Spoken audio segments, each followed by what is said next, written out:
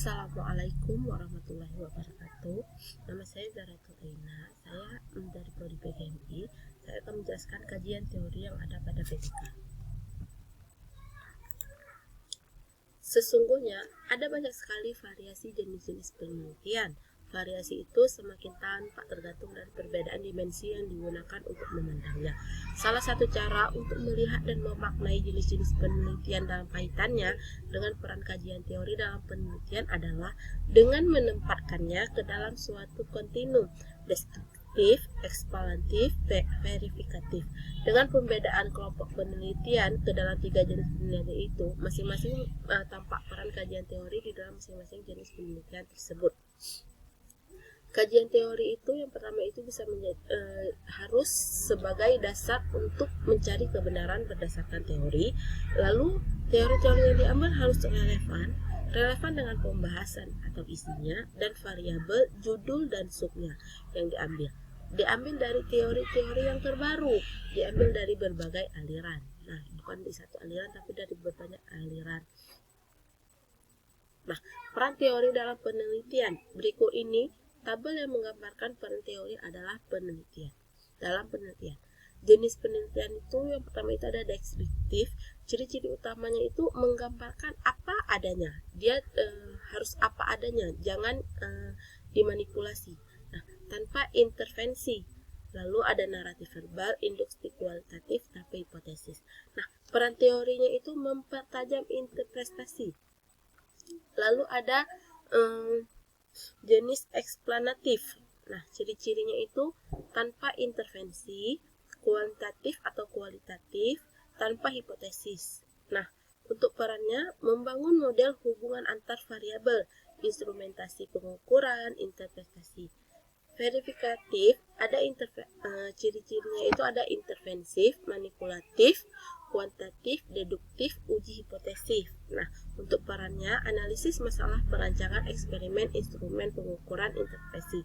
Nah, dari tabel tadi terlihat bahwa peran teori sangat beragam tergantung pada posisi epistemologis penelitian dan juga tujuan penelitiannya. Pada jenis penelitian yang bersifat deskriptif. Lalu, dalam penelitian tanpa intervensi, teori sangat membantu dalam melakukan analisis dan interpretasi data. Di sisi lain, peran teori jauh lebih banyak, misalnya pemetaan permasalahan penelitian.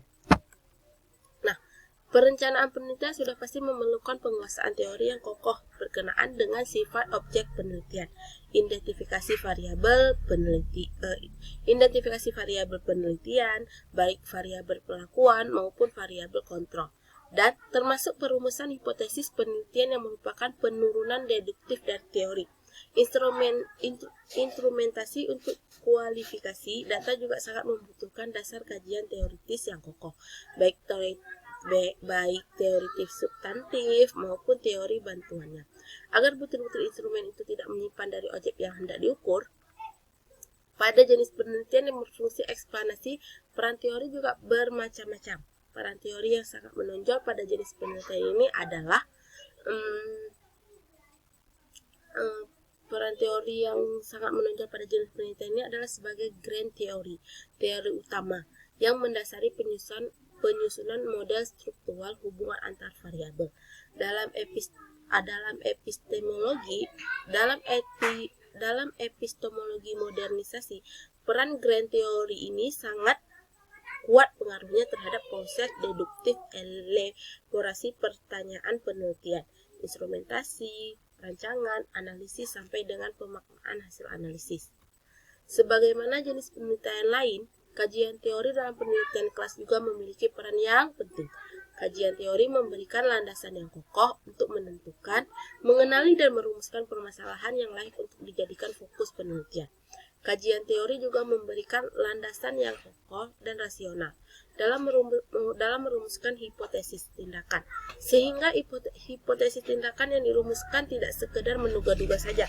Tidak kalah pentingnya adalah kajian teori yang memberikan bekal pemahaman dan landasan yang kokoh bagi guru sebagai peneliti dalam melakukan refleksi. Nah, lalu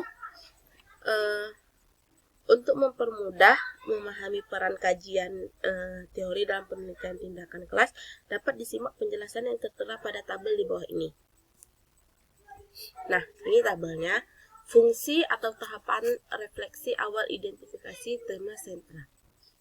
Perannya itu sebagai landasan untuk menemukan, mengenali, dan memetakan permasalahan yang akan dijadikan fokus penelitian tindakan kelas. Nah, perlu perhatian khusus, diperlukan kesepahaman konseptual teoritik. Untuk itu perlu ada dialog dengan teman sejawat atau dengan penelitian dari perguruan tinggi kependidikan. Lalu ada perencanaan tindakan. Nah, sebagai dasar pertimbangan perumusan rancangan tidak dan perumusan hipotesis tindakan. Tidak perlu kaku karena rancangan tidak bersifat tentatif dan akan diperbaiki. Pelaksanaan tindakan sebagai pengarah dan pemandu dalam melaksanakan tindakan. Kepekaan terhadap kesulitan pelaksanaan. Lalu ada pengamatan pemantauan pelaksanaan tindakan sebagai sumber kriteria untuk mempertimbangkan ketepatan, arah, dan kualitas perubahan yang ditimbulkan oleh tindakan yang dilakukan. Perlu percermatan atas kejadian yang tidak direncanakan dan sejumlah kejadian-kejadian bermakna lainnya. Lalu ada refleksi sebagai salah satu alat untuk memaknai berbagai indikasi proses perubahan, hasil, dan dampak perubahan. Lalu ada hindarkan penggunaan teori hanya untuk pembenaran. Dan yang terakhir itu ada peralihan antar siklus. Peralihan antar siklus itu teori untuk dasar pertimbangan kesinambungan antar siklus dan perbaikan siklus berikutnya. Hubungan sintasi atau siklus dengan siklus berikutnya. Nah, bagi teman-teman yang ingin bertanya, mungkin bagi teman-teman yang ingin bertanya, saya persilahkan. Ya, ini yang dapat saya sampaikan, lebih dan kurang saya mohon maaf. Saya akhiri dengan wabillahi taufiq wal hidayah. Assalamualaikum warahmatullahi wabarakatuh.